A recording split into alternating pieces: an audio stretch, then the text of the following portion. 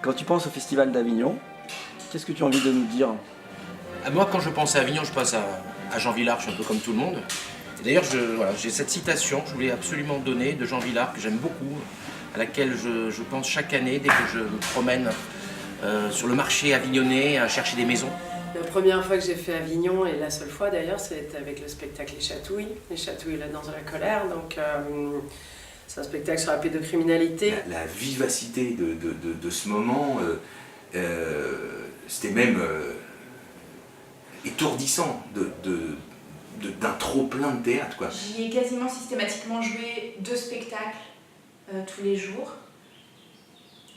Pour moi, le Festival d'Avignon, c'est vraiment un endroit où pendant 3 semaines, toute la population ne parle que de théâtre. Tout le monde se rencontre en fait là-bas.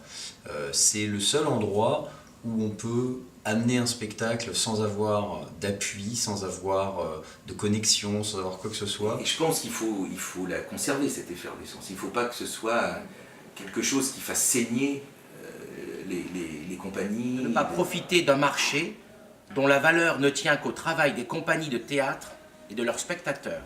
D'aller là-bas, ça coûte une fortune pour une compagnie, c'est un budget énorme. Tout le monde vit un peu sur le dos des compagnies, que ce soit les théâtres, les loueurs d'appartements.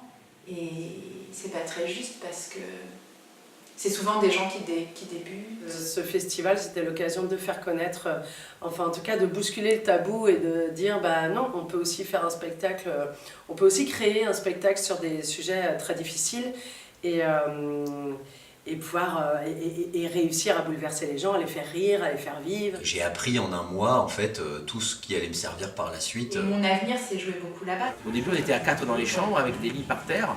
Et voilà, c'est compliqué, ça se gagne le confort à Avignon, ça se gagne au fur et à mesure. Là, à Avignon, c'est le rapport au temps. Faut être hyper efficace, tu peux pas dépasser de ton créneau de 5 minutes. Tu mets combien de secondes, toi, pour te préparer? Et donc je me suis dit, il n'y a qu'à Avignon qu'on peut entendre ça, c'est-à-dire qu'on ne parle pas en minutes, on parle en secondes. Même un mois avant, il nous a dit, au fait, vous avez pas de projo.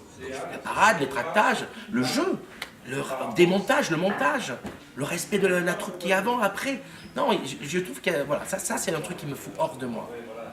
C'est le manque de conscience de ce que c'est qu'un artiste à Avignon. C'est dur et c'est génial.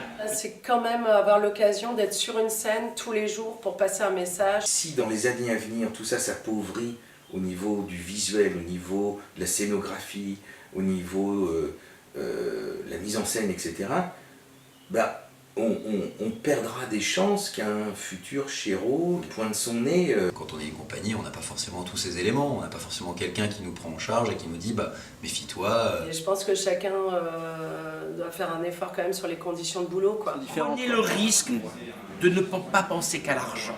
Le jour où il n'y a plus de off, bah Avignon va faire la gueule.